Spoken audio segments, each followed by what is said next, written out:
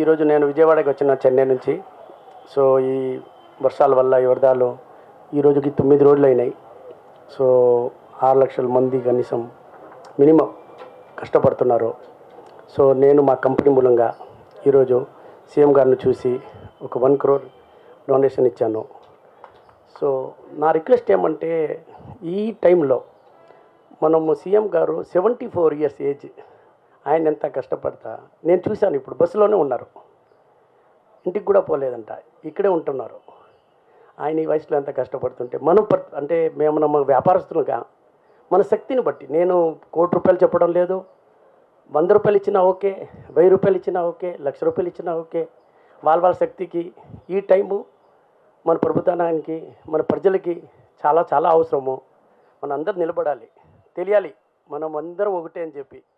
ఈ టైంలో అందరూ సాయం చేస్తే చాలా బాగుంటుంది. లిమిట్ని బట్టి చేయండి. నేను ఏం మీకు మళ్ళీ ₹1 కోటి ఇమ్మనో 10 కోట్లు ఇమ్మనో, మీ శక్తి ఎంత ఉందో అంత ఇవ్వండి. ఈరోజు చాలామందికి ప్రజలకి చాలా అవసరం, వాటర్ కానీ ఫుడ్ కానీ. ఈరోజు దాకా కూడా కొంచెం కొన్ని ఏరియాల్లో నీళ్లు తగ్గలేదు ఇంకా. సో గవర్నమెంట్ చేస్తూనే ఉంది, కానీ మనం కొంచెం సాయం చేస్తే ఈ ప్రాబ్లం నుంచి తొందరగా బయటపడతాము, అందరు కలిసి చేస్తాము. ఇది నాకు హృదయపూర్వకంగా అందరికీ రిక్వెస్ట్.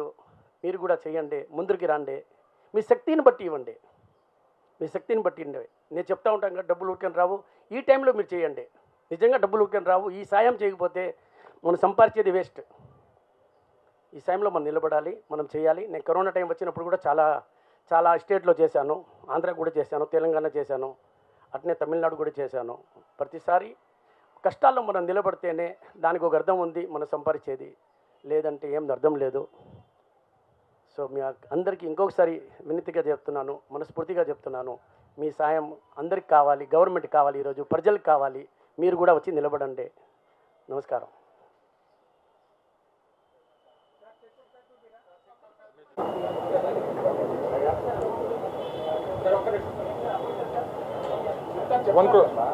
చెప్తా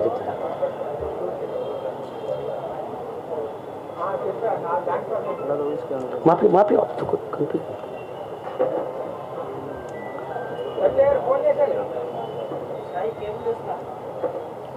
ఓకే సార్.